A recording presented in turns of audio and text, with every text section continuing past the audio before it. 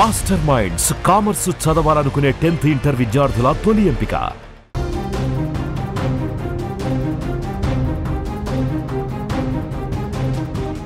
Breaking news చూస్తున్నాం. Iran Israel మధ్య భీకర యుద్ధం కొనసాగుతోంది.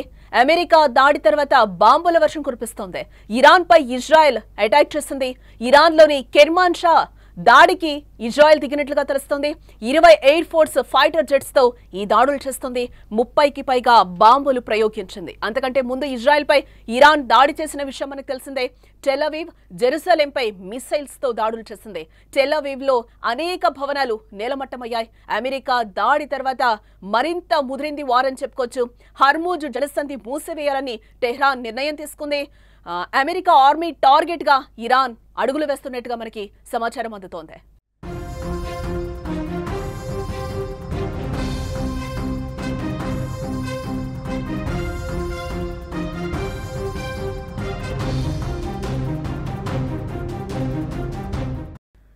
ఇరాన్ ఇజ్రాయెల్ యుద్ధం తీవ్ర స్థాయికి చేరిందని చెప్పుకోవచ్చు. దాడులు ప్రతిదాడులతో ఉద్రిక్త పరిస్థితులు నెలకొన్నాయి. ఇరాన్ లో 3 అణు కేంద్రాలపై అమెరికా దాడి తర్వాత 2 దేశాలు బాంబుల వర్షం కురిపించుకుంటున్నాయి. ట్రంప్ ఎంట్రీతో ఇరాన్ వెనక్కు తగ్గుతుందని అంతా అనుకుంటే ఆ దేశం మాత్రం వెనకడుగు వేయటం లేదు. అమెరికా దాడి చేసిన గంటల్లోనే ప్రతీకారంగా ఇజ్రాయెల్ పై ఇరాన్ మిసైల్స్ తో విరుచుకుపడింది. ఒకసారిగా టెల్ అవీవ్, జెరూసలేం నగరాలపై భీకర దాడులు చేసింది. ఇరాన్ దాడుల్లో అనేక నగరాలు నేలమట్టమయ్యాయి. ఇరాన్ దాడులకు కౌంటర్ గా ఇజ్రాయెల్ కూడా రివెంజ్ అటాక్ చేసింది. ఇజ్రాయెల్ యుద్ధ విమానాలు పశ్చిమ ఇరాన్లోని సైనిక స్థావరాలే లక్ష్యంగా దాడులకు తెగబడింది. ఇరాన్లోని కెర్మాన్ షా టార్గెట్ గా ఇజ్రాయెల్ ఈ దాడులు చేసింది. 20 ఎయిర్ ఫోర్స్ ఫైటర్ జెట్స్ తో దాడులు చేశామని 30కి పైగా బాంబులు ప్రయోగించినట్టుగా తెలిపింది. తమ దేశ భూభాగంపై దాడి కోసం క్షిపణులు నిల్వ చేసిన స్థావరాలపై అటాక్ చేసినట్టుగా పేర్కొంది. ఇటు మరోవైపు అమెరికాపై తీవ్ర కోపంగా ఉన్న ఇరాన్ అగ్రరాజ్యానికి గట్టిగా బుద్ధి చెప్పేందుకు సిద్ధమవుతోంది. అమెరికా ఆర్మీని టార్గెట్ చేసేందుకు సిద్ధమవుతోంది. మిడిల్ ఈస్ట్ లో దాదాపు 50,000 మంది అమెరికా సైన్యం ఉంది. ఇరాక్ లోని అల్-అసద్ మరియు అర్బిల్ వైమానిక స్థావరాలతో సహా వివిధ స్థావరాల్లో అమెరికా దళాలున్నాయి. దీంతో అమెరికా ఇప్పటికే అప్రమత్తమైంది. ఇరాన్ దాడి చేసే అవకాశాలు ఉండడంతో 3 ఎయిర్ క్రాఫ్ట్ క్యారియర్లను మిడిల్ ఈస్ట్ లో మోహరించింది. అలాగే ఇరాన్ ఇప్పటికే హర్మూజ్ జలసంధి మూసివేస్తున్నట్లుగా ప్రకటించడం ఇప్పుడు సంచలనంగా మారింది. తమ దేశంలోని అణు స్థావరాలపై అమెరికా ఆకస్మిక దాడులకు ప్రతిఘటనగా ఆదివారం రాత్రి చర్యకు దిగింది. మూసివేత నిర్ణయానికి ఇరాన్ పార్లమెంటు కూడా ఏకగ్రీవ ఆమోదం తెలిపినట్లుగా తెలుస్తుంది. హర్మూజ్ జలసంధి మూసివేత జరిగితే ప్రపంచవ్యాప్తంగా చమురు, గ్యాస్ సరఫరాలపై తీవ్ర ఆటంకం వాటిల్లుతుంది. క్రమేపీ ప్రపంచవ్యాప్త యుద్ధ వాతావరణం మరింత విస్తరించుకునే అవకాశం కూడా ఏర్పడుతుందని నిపుణులు చెప్తున్నారు. ఇప్పుడు ప్రపంచవ్యాప్తంగా చమురు అవసరాల్లో దాదాపు 20% ఈ మార్గం గుండానే రవాణా అవుతుంది. పలు దేశాలకు చమురు సహజ వాయువుల బ్యారెల్స్ నౌకల ద్వారా వెళుతాయి.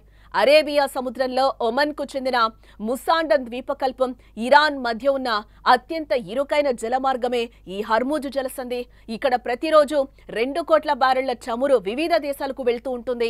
సౌదీ, ఇరాన్, యుఏఈ, కువైట్, ఇరాక్ల నుంచి చమురు పలు దేశాలకు సరఫరా అవుతూ ఉంటుంది. భారత్ విషయానికి వస్తే ఇక విదేశాల నుంచి వచ్చే ముడి చమురుల్లో 40% హర్మూజ్ జలసంధి ద్వారానే వస్తుంది. ఒకవేళ హర్మూజ్ జలసంధిని ఇరాన్ మూసివేస్తే భారత్ తన 74 రోజుల నిల్వలను తగ్గించుకోవాల్సిన పరిస్థితి ఏర్పడుతుందని చెప్తున్నారు. తాజా పరిణామాలు ప్రపంచవ్యాప్తంగా తీవ్ర ఆందోళన కలిగిస్తున్న పరిస్థితి కనిపిస్తున్నాయి. ఈ నేపథ్యంలో ప్రధాని మోదీ ఆదివారం ఇరాన్ అధ్యక్షుడితో ఫోన్లో మాట్లాడారు. తాజా పరిస్థితులపై సుదీర్ఘంగా ఇరువురి మధ్య చర్చ కూడా జరిగింది. పశ్చిమాసియాలో పెరుగుతున్న ఉద్రిక్తతలపై ఆందోళన వ్యక్తం చేసిన ప్రధాని మోదీ ఉద్రిక్తతలు తగ్గించుకోవాలని కూడా ఇరాన్కి సూచించడం జరిగింది. చర్చలు, దౌత్య మార్గాలపై దృష్టి సారించాలని కోరారు. అవసరమైతే శాంతి చర్చలు, దౌత్యం కోసం భారత్ ఎప్పుడు కూడా సిద్ధంగా ఉంటుందని కూడా ఆయన చెప్పడం జరిగింది.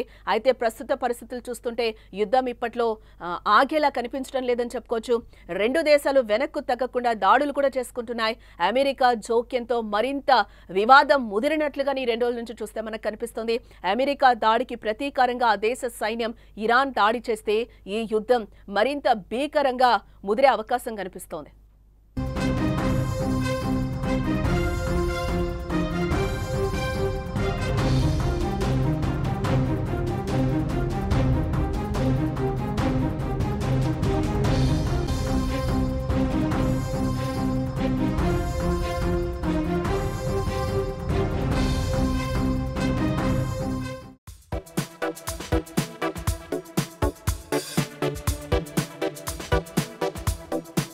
Thank you.